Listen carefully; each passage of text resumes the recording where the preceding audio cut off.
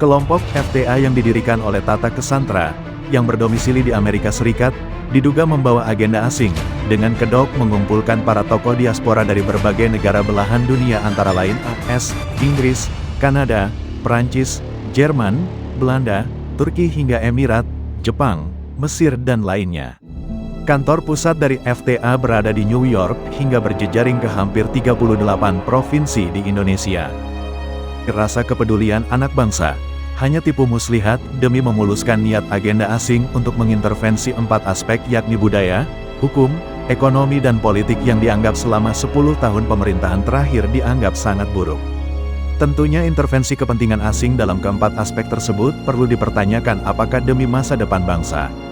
Mengingat tokoh-tokoh di dalamnya barisan sakit hati Pilpres dan didominasi pendukung, relawan Anies Baswedan saat Pilpres 2024, antara lain Prof.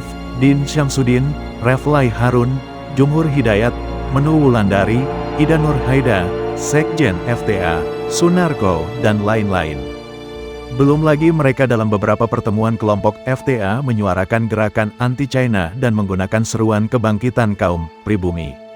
Efeknya justru cukup tendensius ingin memecah belah persatuan bangsa melalui strategi divide et impera dan menumbuhkan rasa saling kecurigaan antara anak bangsa dan pemerintah.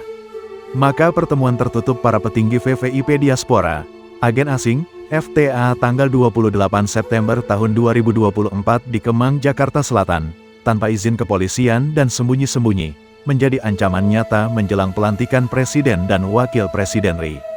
Para tokoh yang dikatakan nasionalis tersebut, yang dikenal masuk sebagai barisan sakit hati atau ex-pejabat yang mencari panggung agar kembali mendapat jabatan dalam pemerintahan Presiden Prabowo. Apakah pantas berbicara tentang permasalahan Indonesia? Sementara mereka adalah tokoh-tokoh provokator, perbuatan makar 2019, gerakan anti vaksinasi saat COVID-19 melanda Indonesia dan kemacetan jalan karena rutin melakukan aksi unjuk rasa. Pertemuan yang dikamuflasekan dengan acara diskusi tersebut tidak sesuai dengan seruan yang disampaikan oleh tokoh yang hadir. Ini adalah refleksi atau kulminasi dari rezim Jokowi yang memerintah 10 tahun. Inilah wajahnya. Jadi ini wajah kebencian, wajah kebengisan, wajah premanisme, wajah pencurian, perampokan yang tidak berbasis moral. Ya, oleh karena itu, tentu saja peristiwa ini bukan peristiwa yang membuat kita semua, khususnya Forum Tanah Air, menjadi takut, gemetar, dan tidak akan melakukan apa-apa lagi ke depan.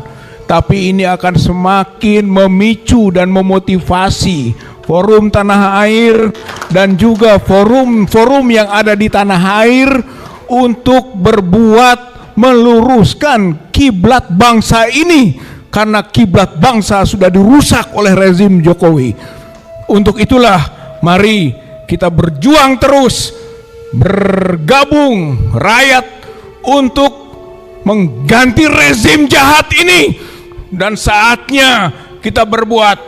Kalau saja di ujung pemerintahan Jokowi masih menampilkan hal yang buruk, maka secepatnya rezim Jokowi harus diganti. Rezim Jokowi harus ditumbangkan, karena ini adalah gambaran betapa buruknya rezim itu.